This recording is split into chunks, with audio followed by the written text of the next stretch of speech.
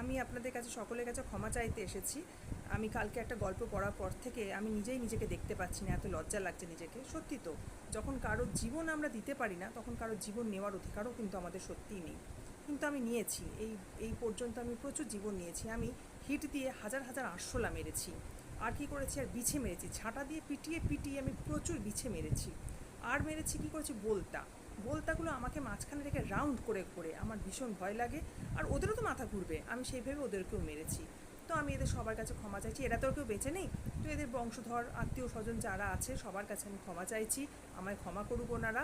তো আমি কথা দিচ্ছি, ভবিষ্যতে আরশোলা, বিছে, বলতা যাই সামনে আসুক না কেন, আমি আবার মারবো, কারণ আমি এদের ভয় পাই ভীষণ, আর ঘেন্নাও লাগে। তাতে যদি স্বর্গে আমাকে গরম তেলে, গরম কড়াইয়ে, এসব কী বলে, তাতে যদি ছেড়ে ভাজে, ভাজুক, আমার তাতে কোনো দুঃখ নেই, যা হবে হবে, সেটা আমি দেখতে যাচ্ছি না।